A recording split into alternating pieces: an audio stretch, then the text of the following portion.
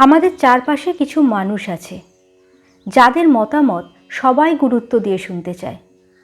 আবার কিছু মানুষ আছে যারা যত কথাই বলুক না কেন তেমন গুরুত্ব পায় না। পার্থক্যটা কোথায় জানেন? কথার আগে ভেবে নেয়, কাজের সাথে মিল রাখে, কম কথা বলে কিন্তু ভাবনা চিন্তা করে বলে। তাদের কথা শক্তিশালী হয়। তারা শুধু বলেই থামে না, কাজের মাধ্যমেও প্রমাণ করে। রাগ না করে ঠান্ডা মাথায় চিন্তা করে। অনেকে আবেগে সিদ্ধান্ত নেয়, কিন্তু প্রভাবশালী মানুষরা ফ্যাক্ট দেখে, লজিক ব্যবহার করে সিদ্ধান্ত নেয়। তাই তাদের প্রতি মানুষের আস্থা বেশি হয়। অন্যকে সম্মান দেয়, তাই নিজেরাও সম্মান পায়। যারা সবার সাথে ছোট বড় ভেদ না করে সম্মান দেখায়, তারাই দীর্ঘমেয়াদী সম্মান অর্জন করে। সম্মান সবসময় দুই দিক থেকেই আসে। কাজের মাধ্যমে বিশ্বাসযোগ্যতা তৈরি করে।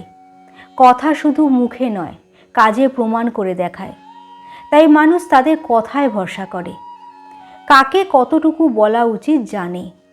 সবাই সমান না, সবাই আপনার সময় বা মনোযোগ পাওয়ার যোগ্যও নয়। তারা বোঝে কাকে কতটা গুরুত্ব দেওয়া উচিত। আসল ব্যাপার হলো, মানুষ সেই কথাই শুনতে চায় যেটার পেছনে চিন্তা, সম্মান আর কাজের প্রমাণ থাকে।